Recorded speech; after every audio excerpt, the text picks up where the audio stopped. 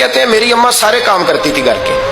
اب تو شہزادے ہیں نا ہمارے بچے, کام اور بچی, یعنی بچی میکے سے واپس آتی ہے تو سب سے بڑا دکھڑا یہ سناتی ہے کہ وہ کام بڑا کراتے ہیں.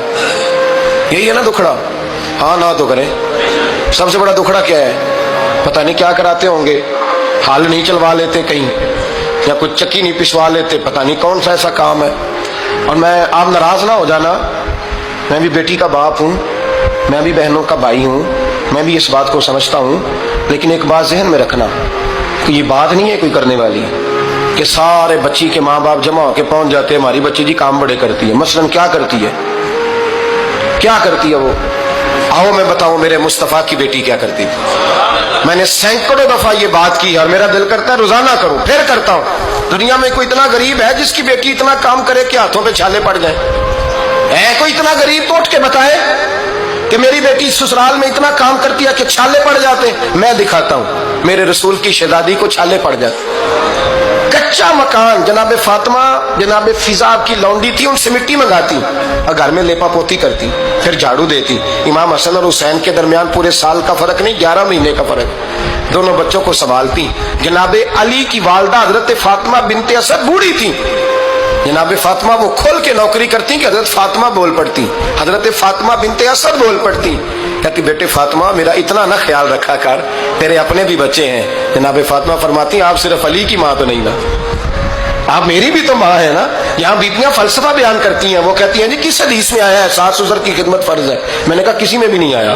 ہم کیا کہہ رہے ہیں, کسی میں بھی نہیں آیا, لیکن یہ تو آیا ہے نا کہ شوہر راضی ہو تو اللہ راضی رہتا ہے.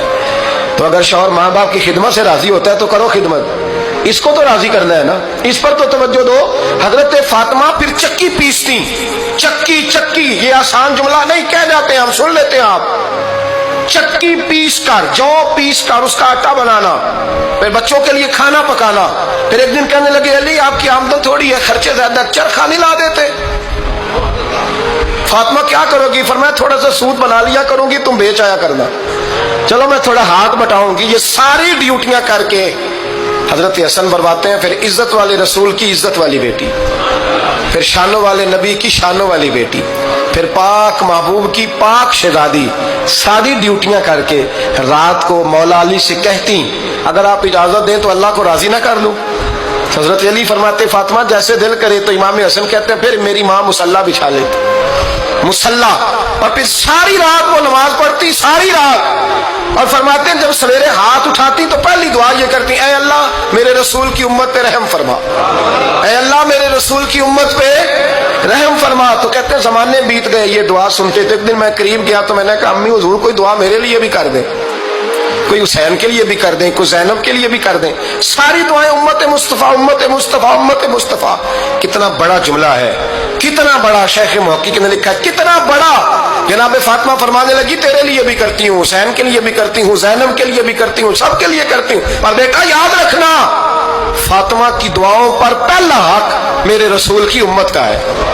فاطمہ کی اصل میں بات بہت خوشی کی سنا دی میں نے آپ, لیکن آپ وہیں سست کے سست رہ گئے. یہ کسی عام آدمی کی دعا نہیں, پیر صاحب کی, درویش صاحب کی رٹی رٹائی دعا نہیں, یہ سیدہ فاطمہ کی دعا ہے. آپ کو اتنا بڑا خزانہ مل رہا ہے اور آپ سمجھے نہیں بات کو. حضرت فاطمہ فرمانے لگی میری دعاؤں پر سب سے زیادہ حق میرے رسول کی امت کا ہے, تو میں یہ حق ہمیشہ ادا کرتی رہوں گی, میں انہیں دعائیں ہمیشہ دیتی رہوں گی.